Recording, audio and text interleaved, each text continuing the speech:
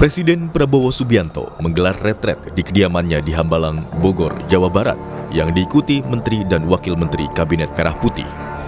Prabowo bilang retret dan taklimat awal tahun ini adalah untuk evaluasi kerja selama setahun lalu. Pertemuan juga digelar sekaligus untuk memahami kondisi bangsa Indonesia di tengah dinamika dan gejolak dunia.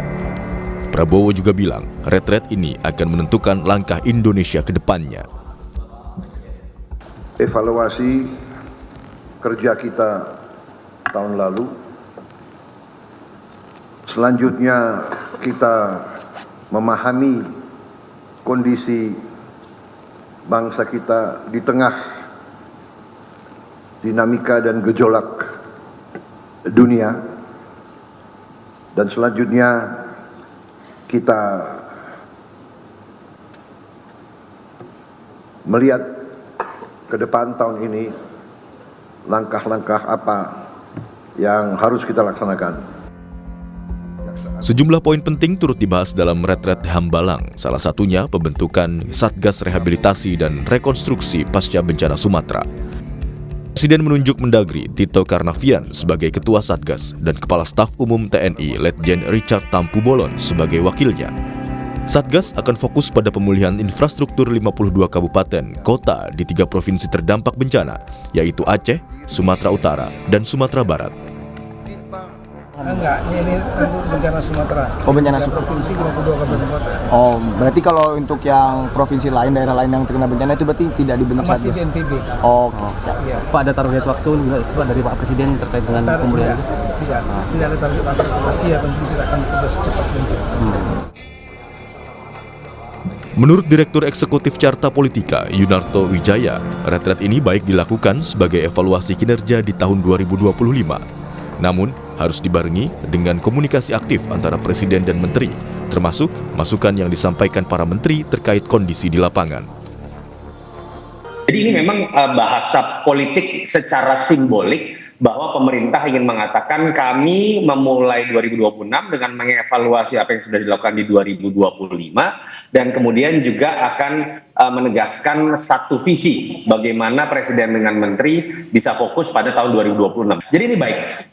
Tetapi catatan penting yang menurut saya adalah semoga tidak bersifat searah saja klaim keberhasilan atau kemudian hanya mendengarkan Presiden. Saya berharap ada keberanian dari menteri-menteri untuk bercerita dan memberikan masukan kepada Pak Prabowo untuk lebih mengetahui kondisi lapangan, sehingga kemudian variabel kualitatif dan kualitas itu bisa betul-betul menjadi variabel yang menjadi indikator.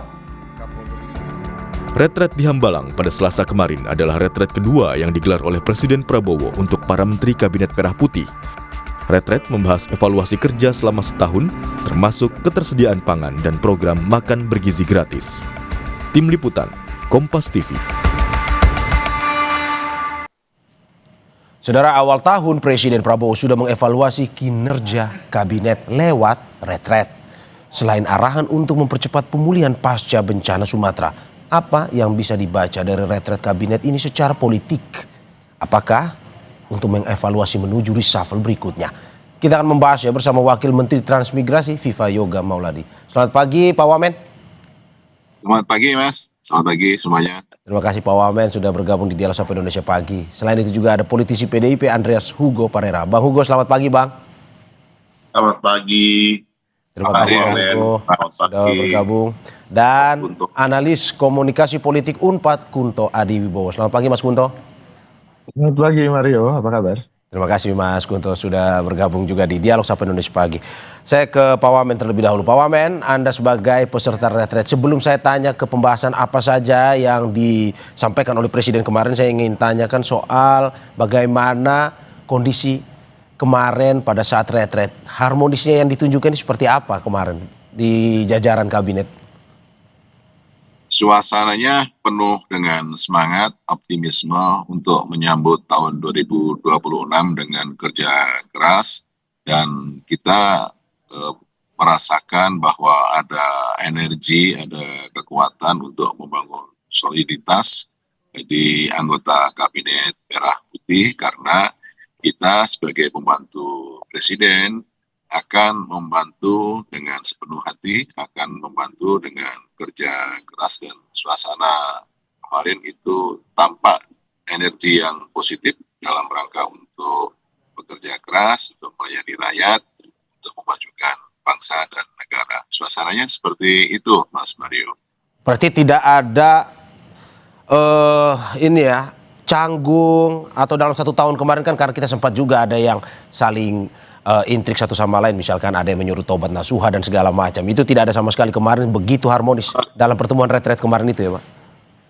Tidak ada suasana canggung, suasana risih, suasana kaku, suasana formal, tidak ada. Jadi suasana kami itu cair, liquid, dan kami makan bersama. Kemudian kita mendengarkan perintah dan pidato arahan dari Presiden secara bersama-sama, dan suasana kekeluargaan itu tampak, dan kita menjadi bagian sebagai pasukan tim yang solid, yang mampu untuk bekerja sama antar kementerian dan lembaga. Suasananya seperti itu, Mas Mario. Oke. Pak Wamen, kalau untuk detailnya apa saja yang dibahas kemarin, Pak Wamen? Apakah memang hanya 1 tahun evaluasi atau ada kinerja ke depan yang ingin disampaikan oleh Presiden, program-program yang menjadi harapan? Ya, ada beberapa hal pokok yang disampaikan oleh Bapak Presiden Prabowo dalam retreat yang kemarin. Yang pertama adalah kita melakukan evaluasi terhadap kinerja tahun 2025. Kemudian kita melakukan diskusi terhadap perkembangan global yang akan berdampak kepada situasi ekonomi dan politik nasional. Serta kita akan terus untuk melaksanakan asta cita Presiden yang diturunkan dalam bentuk program-program di seluruh kementerian dan lembaga. Salah satunya adalah satu, soal makan bergizi gratis.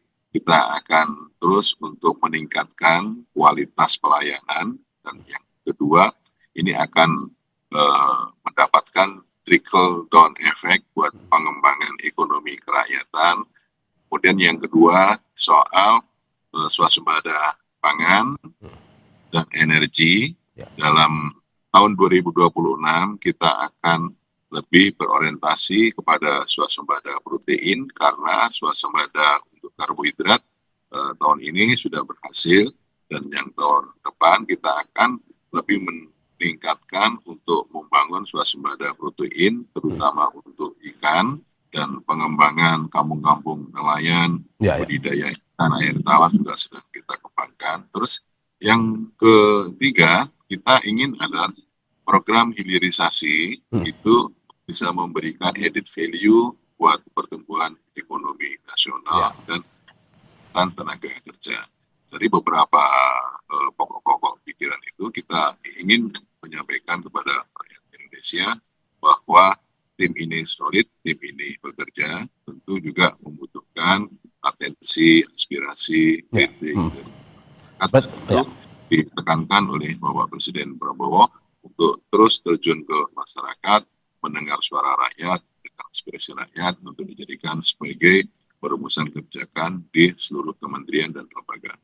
Intinya di situ.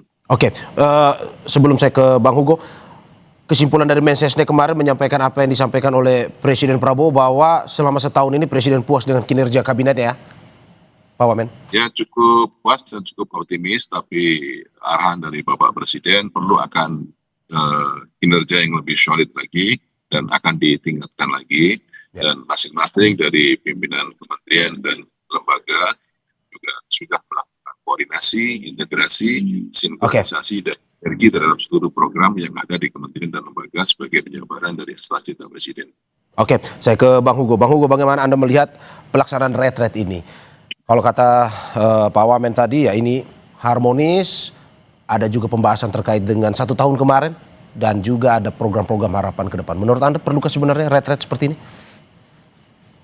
Ya, Mario, retret itu bagus dalam arti bahwa ada biasanya dilakukan di dalam kelompok atau pribadi, individu, orang meninggalkan rutinitas kerja sehari-hari untuk kemudian ya kalau di dalam kelompok tentu bertemu untuk melakukan evaluasi, refleksi, kemudian ya untuk ya menyegarkan kembali baik pikiran maupun ya rencana-rencana kerja, dan menurut saya itu sangat baik gitu.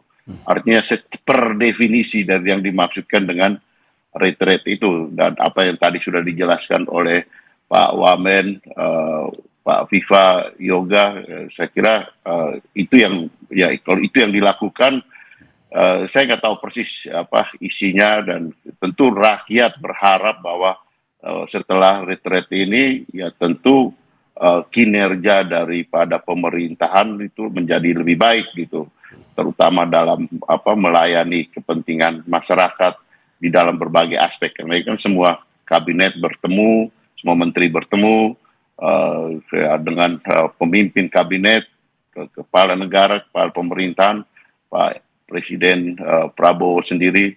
Nah, tentu ini hal yang bagus untuk membangun suatu soliditas komunitas daripada pemerintahan ini, dan dibuat masyarakat tentu hasilnya yang penting. Artinya apapun yang dilakukan itu ya kami tidak di dalam komunitas itu, jadi kita tidak tahu persis juga gitu. Tapi ya tentu kita berharap bahwa ini bisa berjalan dengan baik. Oke, tadi disampaikan juga oleh Pak Wamen bahwa ada beberapa yang dievaluasi seperti MBG, terus juga swasembada pangan dan juga energi yang disampaikan oleh Presiden. Menurut Anda ini mungkin bisa tercapai nantinya, Pak Bang Hugo? Ya harapan kita ya seperti itu gitu, karena akhirnya toh yang dilihat oleh masyarakat itu adalah realita yang ada, yang dialami oleh masyarakat gitu. Dan di dalam acara-acara seperti ini tuh dialog itu penting, komunikasi itu penting. Kalau yang datang hanya misalnya saya nggak tahu persis apakah kalau yang datang yang hanya Bapak Presiden sendiri yang bicara, itu namanya briefing bukan retreat gitu. Tapi kalau retreat itu tentu harus ada komunikasi, refleksi, evaluasi untuk kemudian membangun satu tim kerja yang bagus gitu. Dalam arti untuk kemudian kita lihat hasilnya setelah pertemuan itu, setelah retreat itu. Nah itu maksud daripada suatu retreat yang saya tahu, dan saya pernah mengikuti retreat seperti itu. Jadi kita tahulah gimana metode dan mekanisme retreat di dalam kerja tim gitu. Iya. Oke, saya ke Mas Gunto. Mas Gunto, bagaimana Anda melihat retreat tadi juga dikatakan oleh Bang Hugo bahwa ini sebuah hal yang bagus sebenarnya untuk merefleksikan selama setahun terakhir, juga untuk menyusun rencana kerja ke depan. Menurut Anda seperti itu perlu, dan evaluasi Anda selama setahun ini terkait dengan kabinet atau para pembantu presiden ini? Ya, menurut saya ini sangat perlu, Mas. Yang pertama kan tidak hanya internal ya ke dalam kabinet sendiri, tapi juga ke eksternal. Kabinet kita dan pemerintahan Pak Prabowo perlu meyakinkan rakyatnya, perlu meyakinkan aktor-aktor di pasar gitu kan, untuk kemudian bisa secara sinkron bersama-sama mendukung tujuan dari pemerintahan ini terkait dengan program-program prioritas pemerintah. Kan ada MBG, ada swasembada pangan, ada swasembada energi, dan 3 itu sebenarnya kan sudah ditulis oleh Pak Prabowo di bukunya di Strategi Transformasi Bangsa kalau nggak salah tahun 2023, dan itu kemarin juga ditekankan oleh Pak Prabowo, dan tampaknya ya pembantu-pembantunya harus baca buku itu gitu, Mas. Karena strategi besarnya ada di situ, dan itu yang kemudian digarisbawahi oleh Pak Prabowo, dan tampaknya harusnya ini jadi buku bestseller di tahun 2026 ini, karena Pak Prabowo endorse itu. Lalu kemudian kalau secara politik, dan kemarin ada disinggung koalisi walaupun hanya berseloroh dan soal PKB, saya pikir itu hanya bercanda biasa, dan kalau ketemu dengan Caimin kan memang bawaannya bercanda gitu ya. Dan saya menangkapnya seperti itu tanpa ada pretensi apapun, tapi perlu dicatat juga bahwa kita harus melihat dan melihat secara seksama konflik yang ada di PBNU yang juga dekat dengan PKB. Nah, ini kan bisa jadi ancaman ancaman stabilitas politik, akan menimbulkan dinamika politik yang tidak terkontrol, tidak termanage kalau memang konflik ini membesar. Makanya kemarin PKB juga jadi apa ya, sorotan atau bahkan selorohan dari Pak Prabowo. Saya melihatnya seperti itu. Kalau soal kabinet, saya melihatnya Pak Prabowo kemarin memuji kabinetnya dengan kata-kata yang ya walaupun mungkin saya tidak terlalu sering mengumpulkan saudara-saudara. Nah, di sini kan ada pengakuan sendiri dari Pak Prabowo bahwa dia tidak terlalu sering mungkin berkomunikasi langsung dengan para kabinetnya, tapi Pak Prabowo mengapresiasi keberanian untuk inisiatif kerja.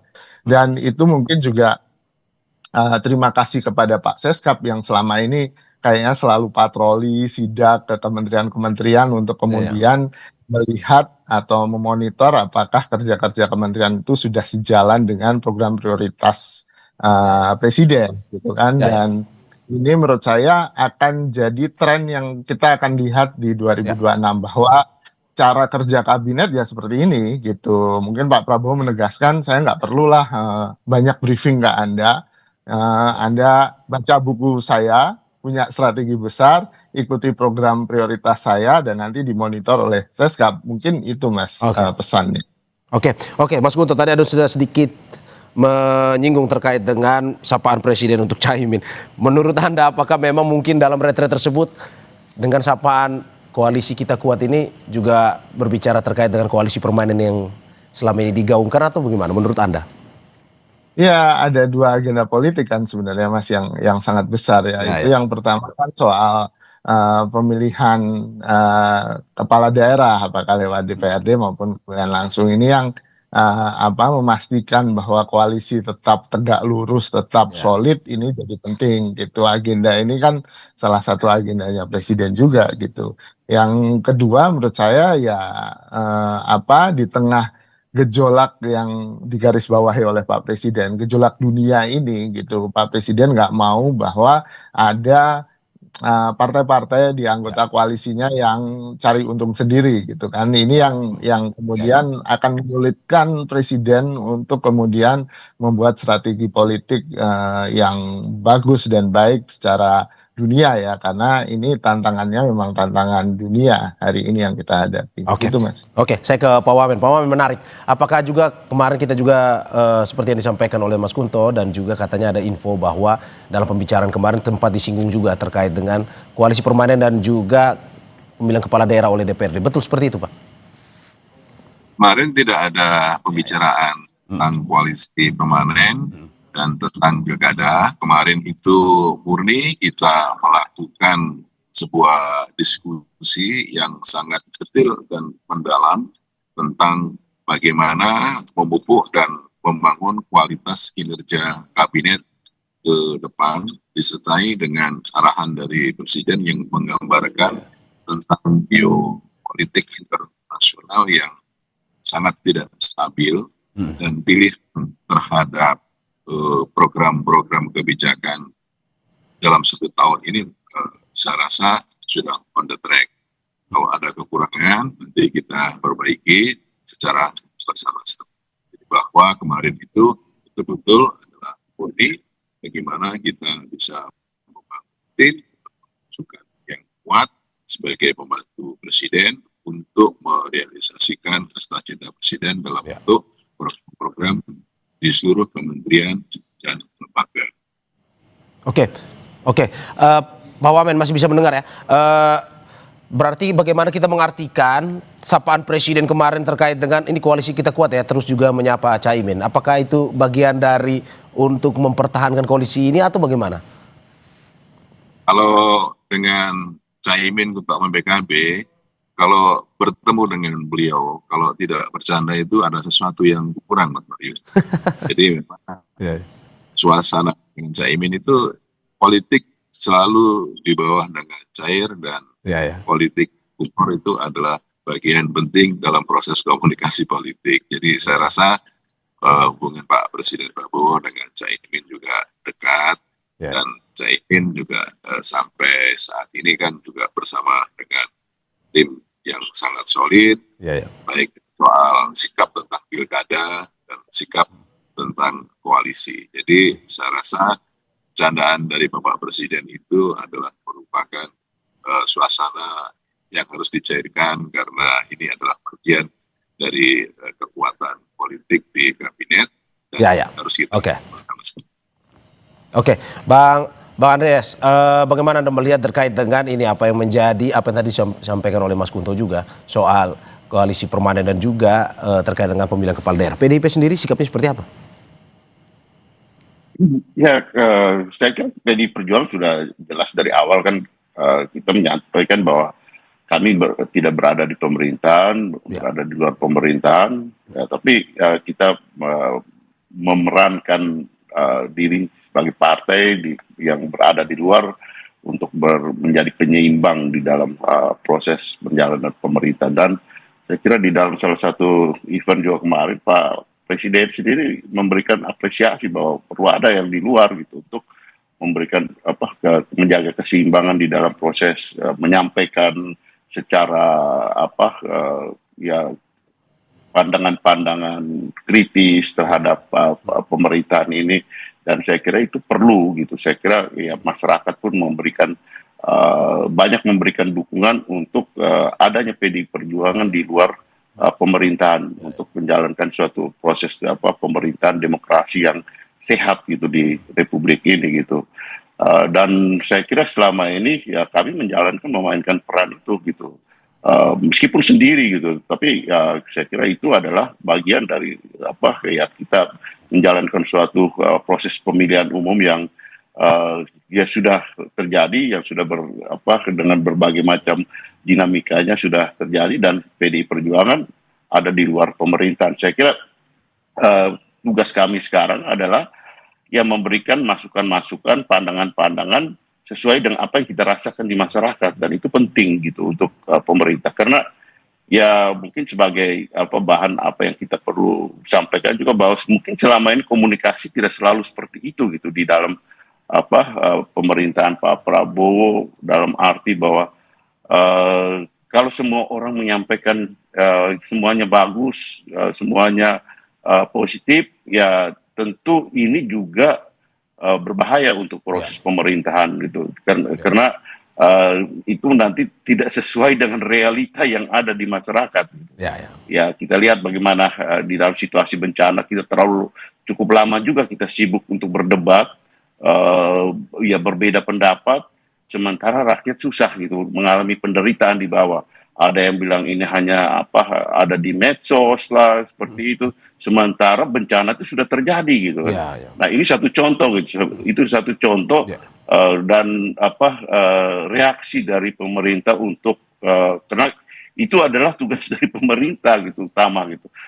Kemudian ya rakyat mengambil inisiatif gitu untuk memberikan bantuan pada masyarakat. Ini situasi force majeure pada waktu itu gitu.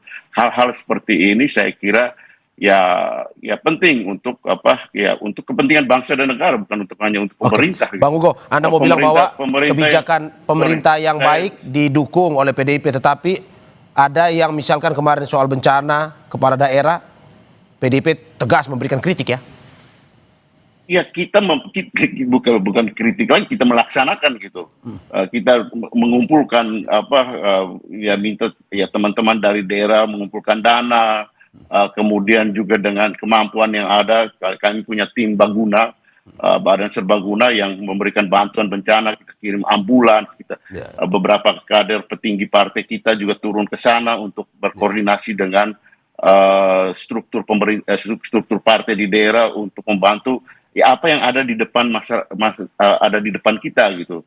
Tugas saya adalah berkomunikasi dengan struktur-struktur di daerah, apa yang mereka butuhkan, apa yang bisa kita bantu, kita kirim ke sana dengan segala kemampuan yang ada gitu. Yang seharusnya ya saya kira itu lebih cepat dilakukan di awal oleh pemerintah, seharusnya lebih baik lah. Tapi ya ini adalah suatu hal yang sudah terjadi, dan saya kira kita tidak perlu berdebat terlalu lama soal itu karena rakyat membutuhkan bantuan pertolongan. Saya kira hal-hal seperti ini penting untuk menjadi bahan ya, seperti apa yang ada di dalam retret itu. Saya nggak tahu persis apakah itu menjadi pembicaraan kasus, contoh kasus, tapi saya kira Bapak Presiden perlu memperoleh informasi aktual, informasi penting yang untuk segera harus diambil keputusan.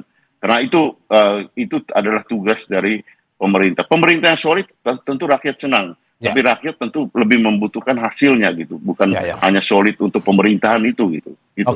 Oke, saya ke Pak Wamen. Pak Wamen, bagaimana Anda menanggapi bahwa masih ada catatan terutama terkait dengan penanganan bencana kemarin dan dirasa harus bisa lebih cepat sebenarnya. Tapi sebelum Anda menjawab, kita saksikan jeda berikut. Terima kasih masih di Sapa Indonesia Pagi bersama saya Maria Sarong dan sejumlah narasumber saya, Wakil Menteri Transmigrasi Viva Yoga Mauladi, politisi PDIP Andreas Hugo Pareira dan analis komunikasi politik Unpad Kunto Adi Wibowo. Saya ke Pak Wamen. Pak Wamen, bagaimana Anda menanggapi terkait dengan penanganan bencana yang seharusnya dinilai bisa lebih cepat dan lebih optimal? Menurut saya informasi yang berkembang, terutama di media sosial, ada yang benar, ada yang tidak. Jadi tidak seluruhnya itu menjadi benar atau tidak seluruhnya hoax. Jadi perlu kedewasaan, kejelian di dalam menafsirkan dan melihat tentang informasi yang berkembang di media sosial. Pemerintah dalam hal ini dengan seluruh kementerian yang ada terus untuk melakukan percepatan pemulihan pasca bencana.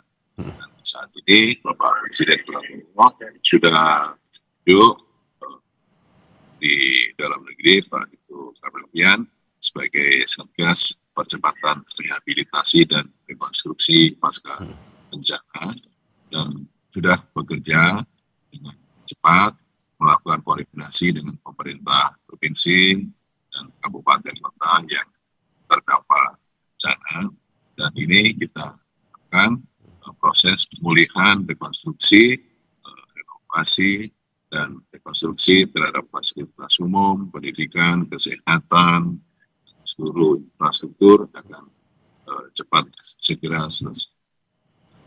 Memang kita merasa bersyukur bahwa dalam suasana bencana ini itu masyarakat partisipasinya sangat luar biasa, netizen partisipasinya sangat luar biasa, dan pemerintah sangat berterima kasih dibantu oleh mereka-mereka yang tanpa lelah juga ikut membantu bagi para terdampak bencana. Jadi kalau kemudian suasana ini dibangun dengan solidaritas sosial, sensibilitas yang mampu untuk mempercepat proses pemulihan, saya rasa ini akan menjadi baik. Jadi tugas dari pemerintah serius untuk terus bekerja dengan cepat, tepat, dan efektif rangka untuk melakukan konstruksi dan rehabilitasi pasca bencana. Oke, saya ke Mas Kunto. Mas Kunto, bagaimana Anda melihat bahwa apa yang disampaikan oleh Bang Hugo tadi, bahwa ada evaluasi terutama terkait dengan penanganan bencana yang harusnya bisa lebih optimal sebelum kita masuk ke soal politik terkait dengan koalisi permanen dan juga soal kepala daerah ini. Menurut Anda seperti itu, yang soal bencana?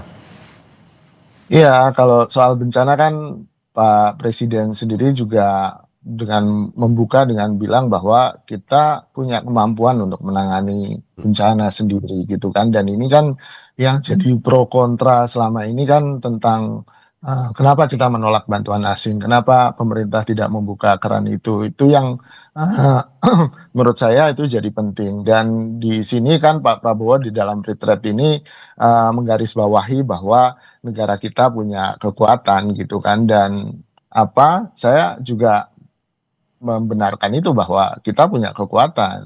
Nyatanya masyarakat bisa menghimpun dana bantuan sendiri yang jumlahnya sampai miliaran dalam waktu hitungan beberapa hari saja tanpa bantuan dari pemerintah. Dan bahkan ketika ada semacam kompetisi, tapi kompetisi yang positif kan, dalam artian ketika salah satu influencer membeli 10 ton cabai merah dari Aceh yang kemudian Kementan juga memborong 40 ton, dan menurut saya ini kompetisi yang sangat bagus dan sangat menguntungkan bagi korban bencana ini. Saya juga selain tentu masih ada banyak hal yang perlu ditingkatkan, terutama kita juga tahu informasi sekarang kan nggak bisa dibatasi, dan kita bisa melihat sendiri, bisa melihat dari teman-teman kita, saudara-saudara kita di daerah bencana bagaimana beberapa daerah aksesnya masih sulit, lalu kemudian listrik juga masih sulit, apalagi komunikasi yang juga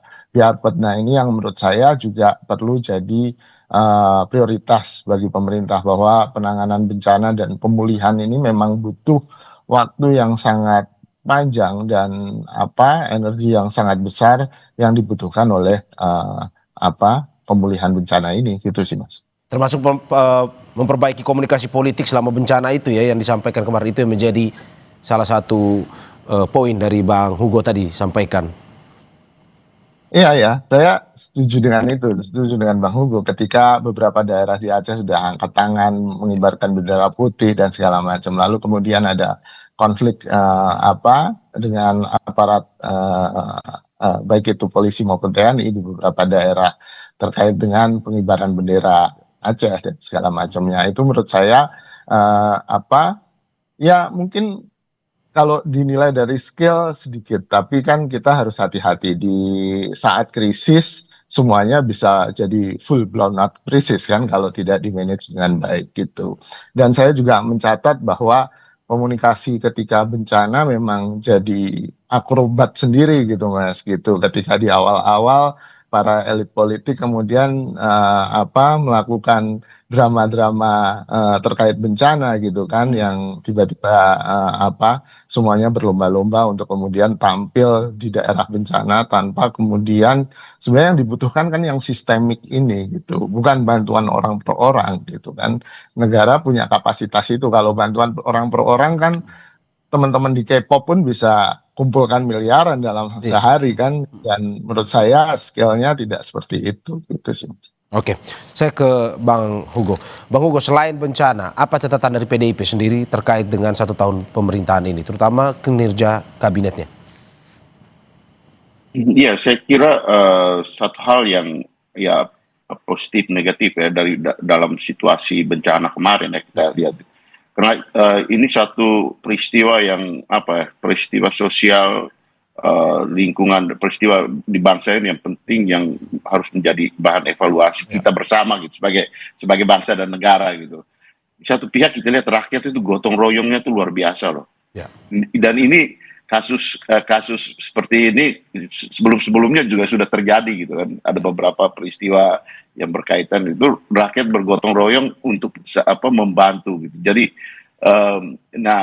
tapi tentu di situ orang berharap betul bahwa negara hadir, dan hadir itu seperti yang tadi Prof Kunto sampaikan, hadir dengan semua kekuatan yang ada, karena itulah tugas daripada negara gitu.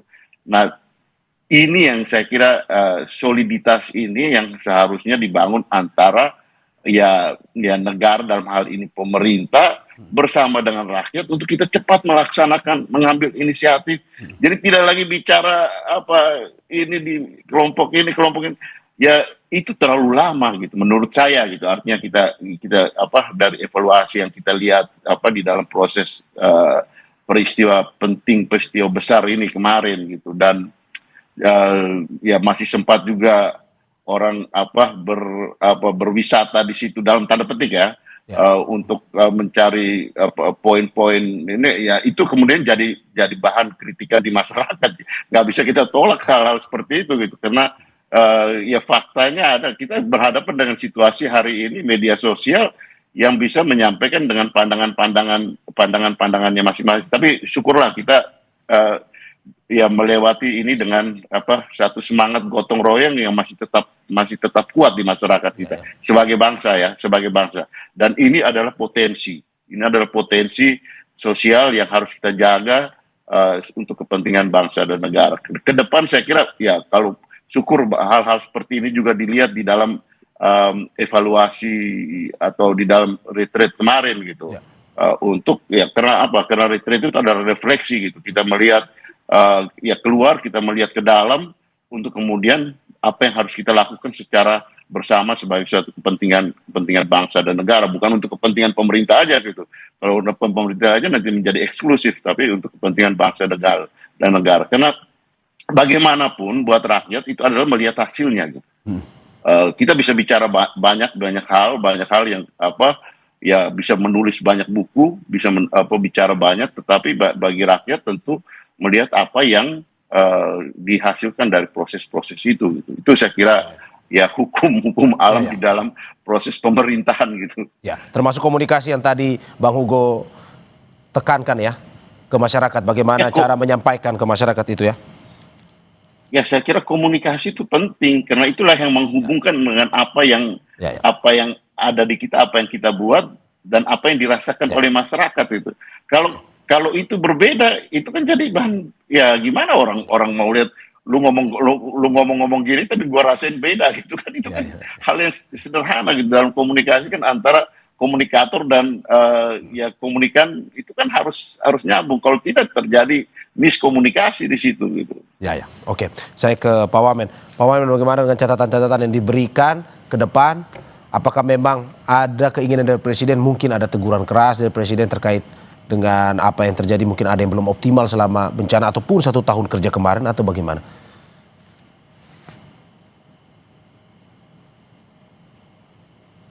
Pak Wamen, masih terhubung? Ya, mohon maaf, tadi terputus-putus, mohon diulangi. Oke, bagaimana dengan evaluasi yang diberikan Pak Wamen ke depan, terutama dengan retret ini bisa memberikan kinerja ini lebih optimal lagi, terutama harmonisasi di dalam kabinet sendiri, harmonisasi bersama, kerja bersama dengan masyarakat juga untuk negara hadir, memastikan tidak hanya soal bencana tapi juga kerja-kerja ke depan. Ya, ini retret ini adalah tradisi baru dari kabinet. Ya. Dan ini sesuatu yang sangat bagus karena apa? Seluruh anggota kabinet bisa memahami dan menafsirkan secara tunggal tentang visi presiden, dan asta cita presiden itu di breakdown, diturunkan dalam bentuk strategi transformasi bangsa, kemudian diturunkan dalam bentuk program-program kementerian dan lembaga. Jadi ada satu pandangan bersama secara kolektif kolegial di dalam menerjemahkan soal visi presiden itu. Dan yang kedua, kita membangun sebuah tim yang solid ya, soal kedisiplinan, soal koordinasi, integrasi, sinkronisasi antar kementerian dalam kabinet ini, dan di lapangan juga sudah menunjukkan hasil yang nyata. Dan ke depan kita akan perbaharui lagi koordinasi, integrasi, sinkronisasi antar kementerian lembaga agar program-program itu bisa berdampak nyata secara efektif, efisien kepada masyarakat, dan masyarakat bisa merasa puas terhadap kinerja dari pemerintahan, dan kita siap terus untuk melayani masyarakat dalam seluruh kementerian dan lembaga yang ada. Oke, saya terakhir ke Mas Kunto. Kesimpulannya Mas Kunto, apa yang harus dilakukan kabinet ke depan terutama untuk membantu presiden tetapi optimal, tidak berseberangan dengan masyarakat juga? Ya, kalau menurut saya setuju dengan apa yang tadi dicetuskan oleh Bang Hugo ya, bahwa pada intinya masyarakat butuh bukti nyata dari apa yang sudah diklaim dilakukan oleh pemerintah. Kalau pemerintah mengklaim soal MBG 55 juta, ya harusnya manfaatnya memang benar-benar terasa oleh masyarakat. Kalau pemerintah mengklaim bahwa sudah terjadi swasembada pangan, ya harusnya masyarakat juga sudah merasakan itu gitu kan. Jangan sampai kemudian harga beras di pasaran semakin tinggi. Ini kan jadi pertanyaan ya di masyarakat. Kok klaimnya swasembada pangan tapi harga pangan tidak juga turun gitu. Ini yang menurut saya jadi PR bagi pemerintahan Pak Prabowo ke depan, dengan klaim-klaim keberhasilan yang sudah dinyatakan di retreat ini di awal tahun 2026, bagaimana itu benar-benar terasa oleh masyarakat manfaatnya. Kalau menurut saya itu yang terpenting, Mas. Oke, itu dari segi kerja, segi politiknya apa yang harus dilakukan ke depan, Mas? Ya, kalau menurut saya dari segi politik tampaknya koalisi ini sangat kuat gitu kan. Secara politik tidak ada dinamika yang kira-kira sangat mengganggu stabilitas pemerintahannya Pak Prabowo. Tampaknya partai-partai politik masih sangat solid mendukung Pak Prabowo gitu kan. Nah, ini yang mungkin perlu diperhatikan adalah ya kita harus merawat demokrasi kita, bahwa kita kan sepakat di reformasi ada bahwa pemerintah bukan raja kan gitu. Ini kan pemerintahan tadi Pak Wamen juga bilang kolektif kolegial, dan harusnya dengan warganya, dengan masyarakatnya juga terjadi hubungan yang sama, sehingga kritik kemudian tidak kemudian dimaknai sebagai ancaman, tidak dimaknai sebagai hinaan. Dan ini menurut saya apa yang terjadi ketika kesetiakawanan kita ketika bencana kemarin merefleksikan hal itu kok gitu. Nyatanya kita juga bisa berlomba-lomba dalam kebaikan. Nyatanya kritik itu memang akhirnya memperbaiki situasi, dan yang terpenting kan bukan yang ada di Jakarta, yang terpenting kan yang mereka yang terdampak bencana di Aceh, di Sumatera Utara, di Sumatera Barat, dan itu akan bagus kalau juga berlaku untuk semua isu dan semua sendi kehidupan kita. Itu Mas. Oke, Bang Andre terakhir, singkat saja Bang, apa yang disampaikan? Menyambung apa yang disampaikan oleh Mas Kunto tadi bahwa ada peran kerja masyarakat yang perlu pada akhirnya pemerintah melihat sebagai ya kita sama-sama uluran tangan nih, bukan dianggap sebagai ya mungkin saingan atau gimana. Bang Andre sepertinya masih mute audionya. Oke, saya kira itu penting apa yang disampaikan oleh Mas Kunto tadi, juga udah diklaim oleh Mas Wamen bahwa ya kita ini hidup sebagai bangsa gitu, artinya bukan hanya pemerintah gitu. Jadi mendengarkan apa yang ada di masyarakat itu penting, dan jangan cuma melihat dari angka-angka gitu. Karena kita sekarang ini selalu melihat bahwa semuanya itu kuantitatif, diukur secara kuantitatif. Perhatikan juga kualitatif, dalam arti bahwa apa yang dirasakan itu penting di masyarakat, itu penting gitu. Kenapa? Karena angka-angka itu bisa menipu kita juga, bisa dimanipulasi gitu.